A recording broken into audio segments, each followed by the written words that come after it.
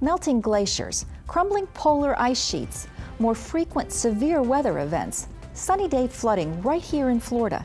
We can see the effects of climate change right now, yet making changes, big and small, to address this urgent problem is slow at best. Join us as a University of Miami professor and an elected official from Central Florida discuss why it's so difficult for us to adapt to climate change and what we can do about it. Next on Metro Center Outlook.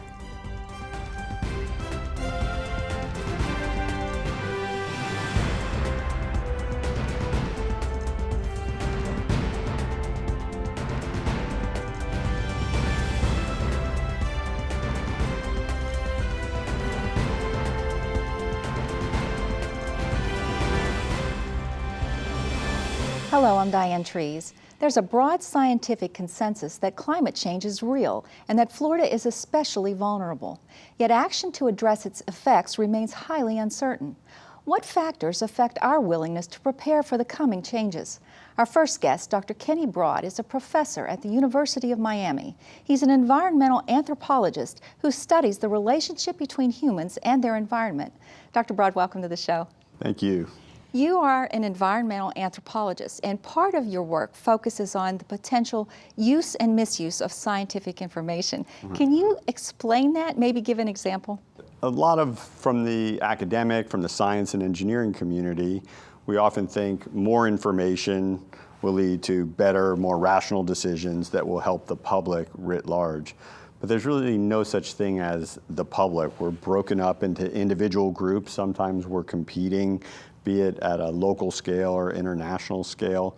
So I think in many ways we have, you could almost argue, a moral obligation to think about what the uses of our information may be once we put them out there. I mean, a lot of information, I think we can all agree, a warning of an epidemic coming out or something, something public health, we tend to agree upon, probably good for most people. But for example, we're currently in an El Nino phase of the climate that has impacts all over the world and changes the weather patterns all over the world. So I did a lot of research probably 15 years ago on how people were using that information for managing fisheries in Peru. So Peru is ground zero for big impacts of the El Nino climate phenomenon.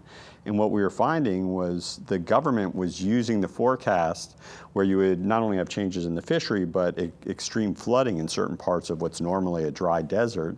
And they were withholding money and sometimes information from the opposition areas, so they would get flooded out, and they were reinforcing the parts of the country that supported the government. So it actually ended up, biasing against certain groups.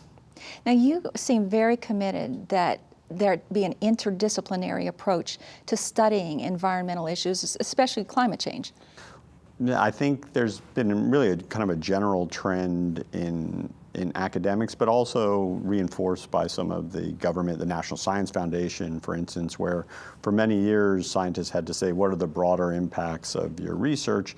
And we didn't give it enough weight, I think, in the research we're doing, where now we're starting to involve the end users of the information, the stakeholders, and you can do better science, or at least more relevant science, when you know what are the constraints and the opportunities by the people who ultimately will be affected. Now you give a presentation, why we worry about climate change and why we don't worry about climate change. Let's start with the why we worry. Well, we worry about things that are close to us in time and space. So we tend to worry about climate when we have an ice storm. It's not a problem for you around here. Or when we have a heat wave. So all of a sudden there's a heat wave, oh, global warming's real.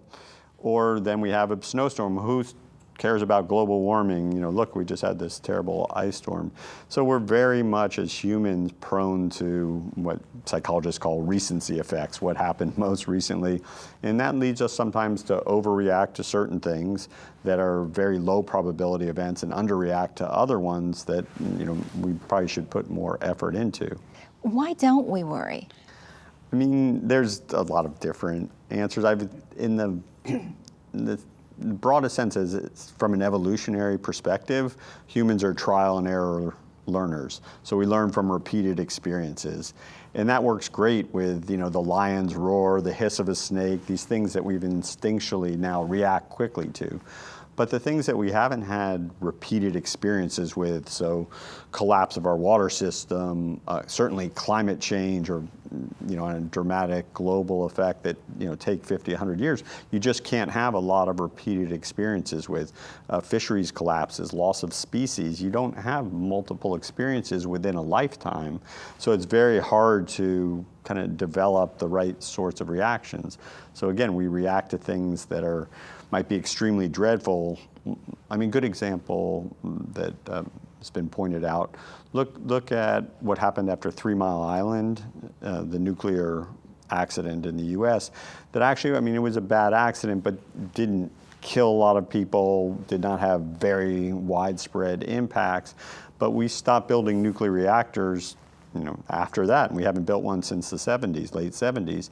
And it's not that I'm a big fan of nuclear power, but on the other hand, we put all our eggs into the fossil fuel basket, and that certainly does have big global impact. So, there's no perfect solution, but we often don't think about the trade-offs in taking a precautionary approach. Now, there was a recent conference in Paris, and the topic was climate change. What's your evaluation of the Paris Agreement that came from that? Yeah, I'm certainly not an expert in those international treaties. And the Conference of Parties, the COP in Paris, I think it was 55 of the top emitting countries have to reduce 55% of the emissions in order for it to go into effect. I think it's a great symbolic gesture. It'll be interesting. It's really what the U.S. and China, do we step up to the plate with what are essentially voluntary reductions to try to keep the greenhouse gas levels down enough where we want to keep it under 2 degrees Celsius. It's a step in the right direction, but I think there's not strong enforcement mechanisms, at least at voluntary this point. might Voluntary be. We'll is the see key how word. the action really works right, out. And we're, with U.S. elections, we're also in a critical point to see who takes the reins in terms of supporting this kind of stuff. Now, you do studies on risk perception. What is the perception with climate change? Do people think of it in terms of the environment? Is it even a social moral issue? I think it originally was really framed as an economic versus ecological issue, and this really was almost it's the tree hugging. On the left, we have the tree hugging, corduroy wearing environmentalists, and then we've got the rational economic development types, and it became an ideological issue. And the framing has shifted over time, and I think with a kind of change in generations to one where now we're seeing it being discussed also in moral terms. Recently, the Pope's encyclical on the environment is a great example. I think many more people are coming into the fold in terms of talking about the issue. But from a risk perception standpoint, we tend not to worry about things that are still relatively distant in time and space. And the visual framing, we've done some studies in Florida where you ask people free association, what you think of in climate change or global warming, and the first thing that comes to mind is melting ice, which is very true, but for a Floridian, that tends not to scare us, and we tend not to make the complex causal connection to, okay, melting ice, sea level rise, salt water inundation of our freshwater systems. We're standing over one of the biggest freshwater aquifers in the world. Yet it is vulnerable when miles in from the coast to the sea level rise, let alone flooding. So there is uncertainty on what's going to happen with future hurricanes, but we know the same hurricane with a higher sea level is going to do a lot more damage and erosion.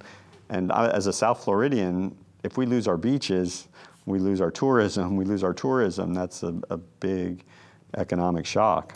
You said that sciences need to engage the people who are actually experiencing the problem under study so that they can come up with the best kind of solutions. What did you mean? Did you have something in mind with that?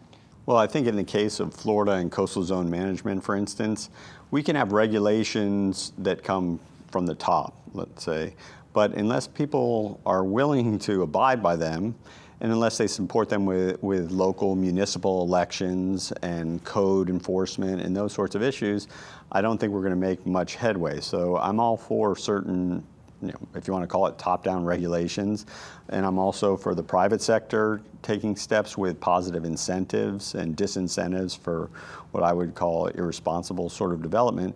But I think it's got to be embraced at an individual level and household-based decisions and consumer-based decisions as well. So there's no silver bullet from one sector or one group. It's going to take everybody.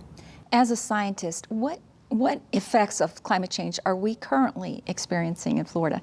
Well, in South Florida right now, we have an increase in what some people refer to as nuisance flooding, and we certainly have been battling saltwater intrusion increasingly. So that's when you increase sea level rise a little bit, our storm systems, one, can't drain as efficiently, so that's where we're getting this increased nuisance flooding during spring tides or high tides. And then we're also getting, we're living on a sponge, limestone.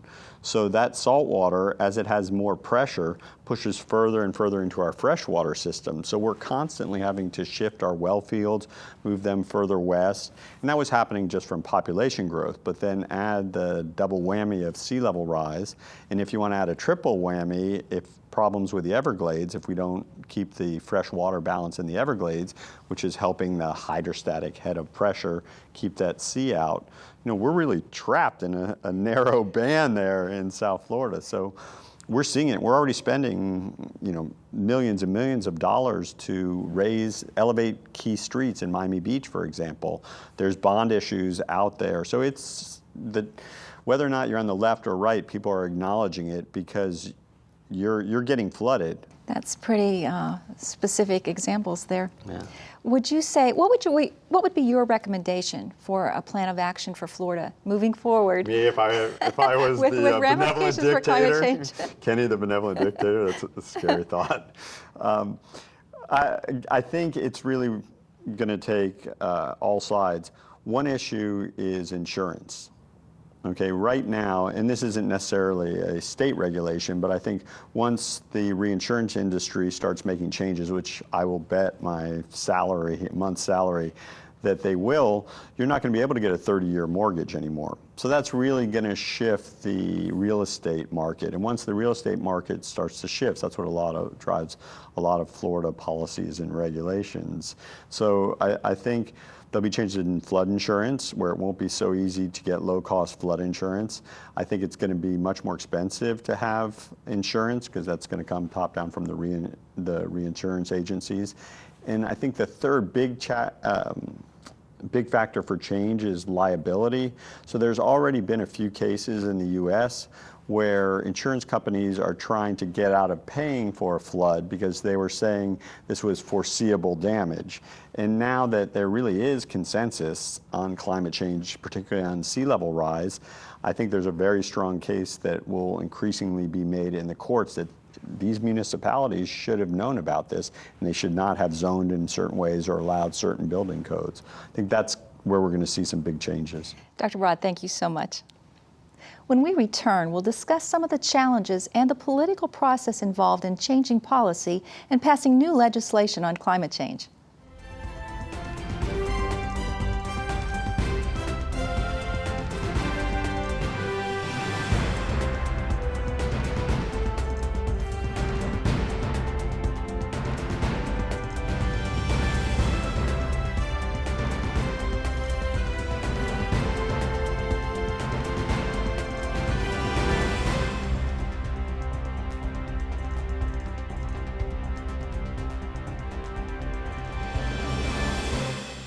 Welcome back. Professionally, Eric Rawlings is a realtor.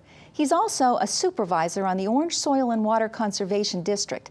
In that elected position, he helps implement the district's mission to develop and carry out various conservation and education programs to provide technical assistance to landowners and to help conserve and protect natural resources. Eric, welcome to the show. Thank you very much. I've just read your mission statement. How would you translate that, though, into activities that you do on a daily basis? Well, each supervisor has their own projects. Mine has been focused on several ones locally, ban on styrofoam, fracking, and climate change. And climate change is a huge issue for Florida right now, and we really are ground zero for climate change. I was going to ask you, though, how does climate change play into the activities of what you're doing? Okay, well, both professionally and as an elected official, it plays into my life.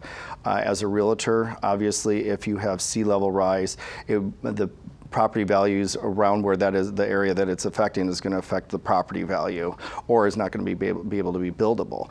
On the elected side, the water quality is a huge issue. Saltwater intrusion. It's just not just the sea level rise, but the way that like you just mentioned about storms and the severity of them. It affects farmers. It affects urban areas. No one is immune to climate change.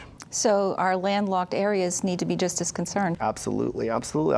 NOAA, the National Oceanic and Atmospheric Administration, warned this year because of the El Nino effect that we would have more severe storms, more tornadoes, and that's, as we can see through the news, that it's come true. Now, Florida, South Florida, has been designated as ground zero for sea levels rising. Mm-hmm. Do you think that that is an accurate assessment then? Absolutely. Florida is built on, if you can imagine a kitchen sink sponge, but have that be rigid. That is what our limestone, that's what our basis is. Eric, do you think that that there is consensus that climate change is occurring and that the CO2 emissions are a major factor in what's accelerating the process? Except for the governor's office, yes. I really believe that, maybe, the DEP, maybe they believe it, but hey, they can't say it. So under the direction of the governor. I feel unfortunate I think that if you're not emitting any problem, then it's denial. And the longer that we are not proactively doing something to prevent this, whether it's at our own personal home or statewide and through administrations, that we really need to be on the forefront of this. Do you think that the general public, though, is fully aware, or how would they rank it in terms of priority? Well, is it a priority? Yeah.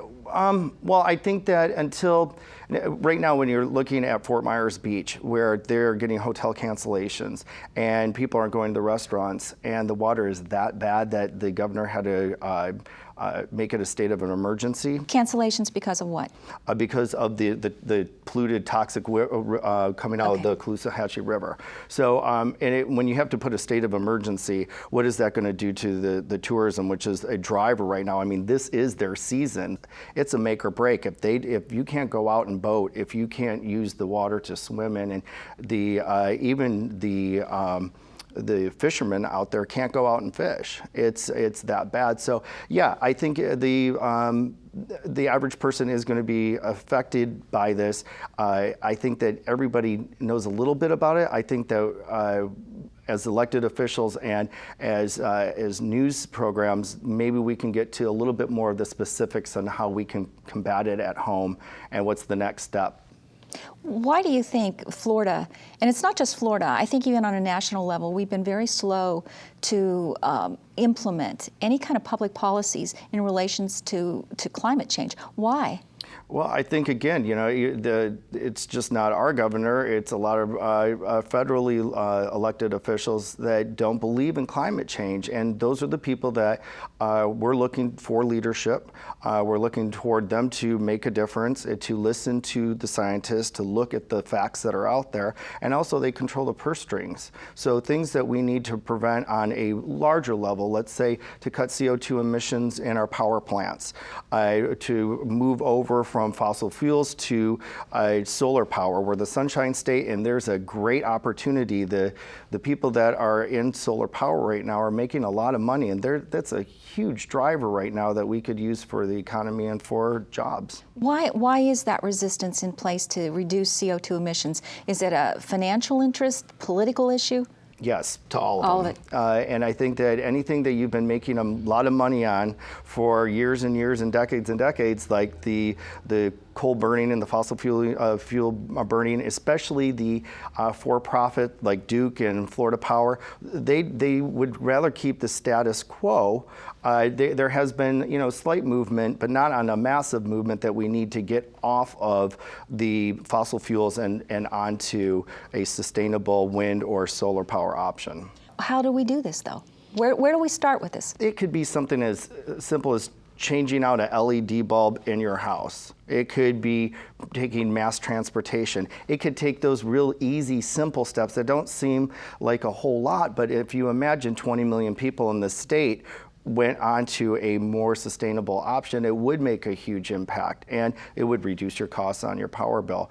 On a much larger scale, there's so much that we can be doing to cut our CO2 emissions. They just had the Paris climate change talks. There is significant and specific goals, and some of the countries are not waiting for the rest of them, or not waiting until the time is up to comply. They're going ahead and they're doing it right away. Bahrain and the Dutch are also leaders in that. But compliance is voluntary. Sure. Well, yes, it is, but they're on a national level. If we don't comply, then the government there's two types of plans right now. I was in Washington, D.C., and was fortunate enough to go to the White House and listen to the people that just came back from Paris. And the national plan, there's two different plans, but the states do have to pick one of those plans and comply with one of those. If they don't, they can ask for an extension for 2 years. After those 2 years, then the federal plan will be put in place. I didn't know that. Yes, and now there's, in the state of Florida, of course, we're fighting it. We don't want to comply. Of course, we'll probably ask for that 2-year extension. But other states that also are in a lawsuit, like Florida, with the federal government, because they don't want to comply, are going ahead and accelerating to doing a really good job of, if we lose this lawsuit, we're going to be ready, we're going to be prepared. And Michigan is a great example of that. Eric, what would you say then is the next step, the most important next step that Florida needs to take in order to have an action plan ready for climate change? We need to put pressure on the governor. We need to put pressure on our elected officials. There's going to be a solar plan that allows tax breaks for consumers and people that want to put solar panels on their roof. So voting for something like that would be a great first step. And all you have to do is show up to the polls. It doesn't cost anything. A phone call or an email saying, please comply, you're my elected official. Please make sure that not only are we on track with the rest of the nation, but why not be first in the nation? Why are we not first in solar power for the Sunshine State? Known for something good that we've been doing. Yes. It sounds as if education could be really helpful for both elected officials as well as for private citizens. Absolutely. I think that if we spent more time on educating the public and less time having special interest money focus on what or how the representatives are voting, I think that would be great. I think that, do you remember when they used to have on Saturday mornings, they would have those information, kind of a bill on Capitol Hill type of things? Why don't we see those? You remember the Indian that would cry when the littering? Yes, those type what of an things. Impact that made. Right, yes. and it's the youth. I mean, they're the ones that are going to have to be dealing with the ignorance that we had in previous ones. But what's even worse is if you didn't know about it and you didn't know how to change it, that's one thing. But knowing all the facts and knowing that there are options and not doing anything about it, that's the crime. Eric, That's the crime. thank you so very much. Oh, thank you. It's been a real pleasure. That's our show for today. Join us next week when we again explore issues important to Central Florida. Thanks for watching. I'm Diane Trees.